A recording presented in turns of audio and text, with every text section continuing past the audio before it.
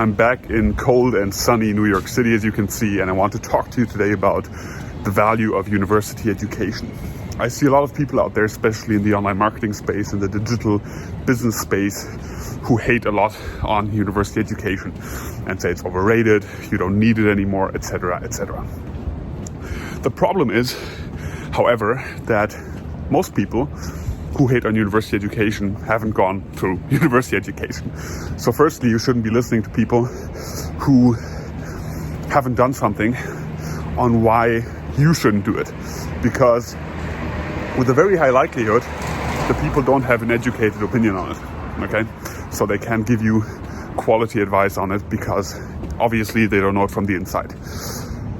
That's the first point. The second point is that when people hate on university education, they usually look at it very one-dimensionally, okay?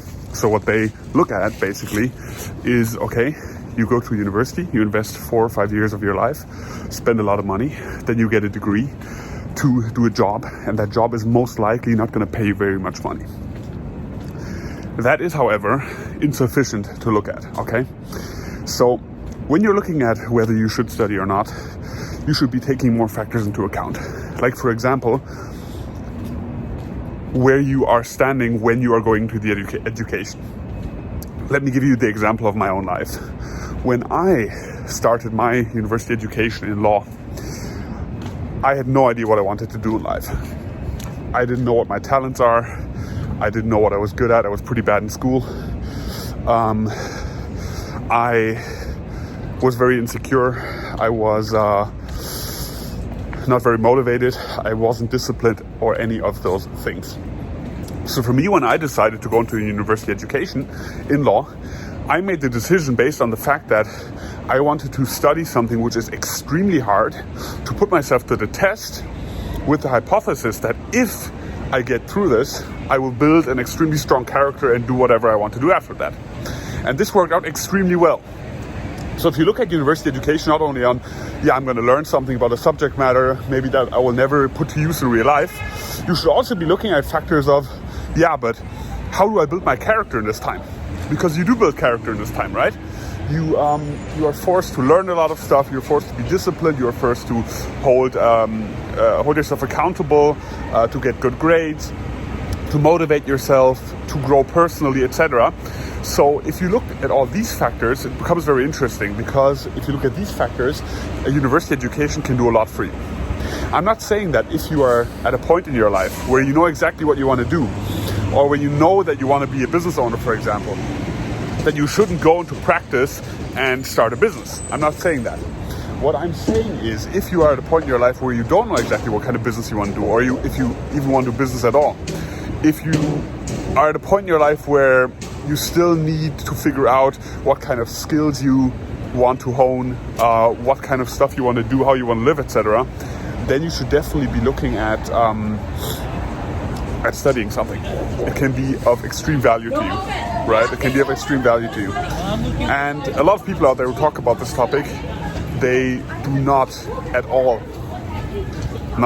right, take these factors into account. They only look at, okay, you pay a lot of money, you go through education, and then with that job that you can get after that, you're probably not going to earn that much.